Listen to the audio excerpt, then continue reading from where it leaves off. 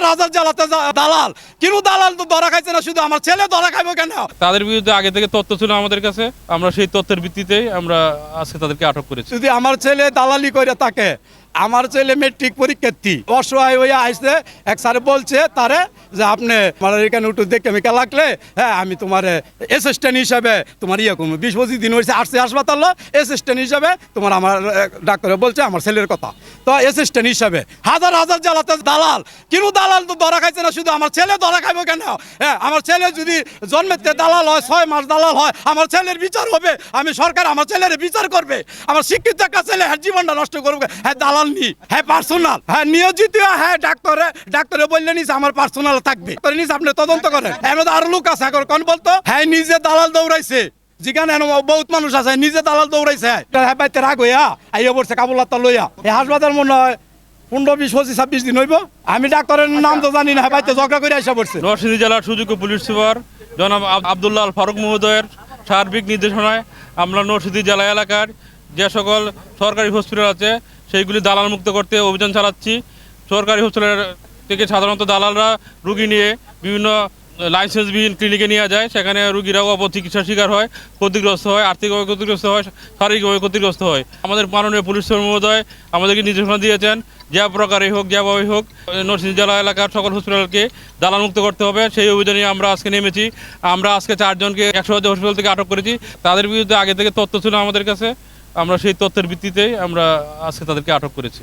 আমাদের অভিযান পর্যায়ক্রমে চলবে, আমরা বাকি সবদেরকে ধরবো ইনশাল্লাহ। আজকে আমরা গোপন সংবাদের ভিত্তিতে জানতে পারি যে হসপিটালগুলোতে বিভিন্ন দালাল চক্র উৎপাত করে এবং তারা রোগীদেরকে হয়রানি করে, বিভিন্ন রকমের হয়রানি শিকার করে। তারা ভুলভাল কথা বলে প্রাইভেট ক্লিনিকে নিয়ে যায় এবং তাদের টাকা পয়সা অনেক ক্ষতিগ্রস্ত করে।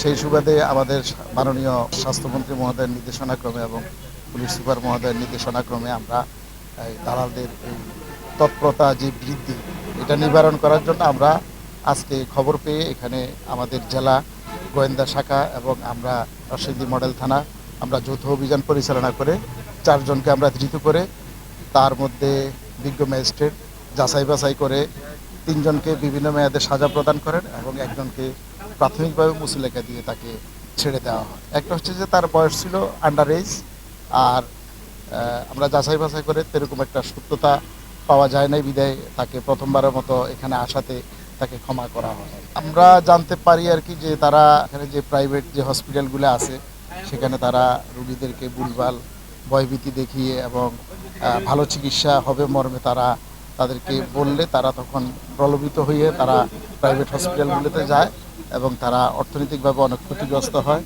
যার কারণে তারা এটা বিভিন্ন ধরনের কৌশল অবলম্বন করে এবং তারা পরীক্ষা নিরীক্ষার ব্যাপারে উৎসাহ প্রদান করে।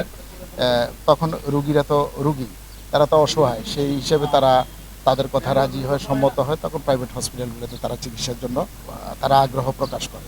আমাদের সবসময় অভিযান অব্যাহত থাকবে, গোয়েন্দা নজরদারি আমাদের অব্যাহত আছে। যখন আমরা সংবাদ পাবো তখন আমরা অভিযান পরিচালনা করব। দুপুর 12টার দিকে গোপন সংবাদের ভিত্তিতে আমরা জানতে পেরেছি যে এখানে কিছু দালাল চক্র তাদেরকে ধরা হয়েছে।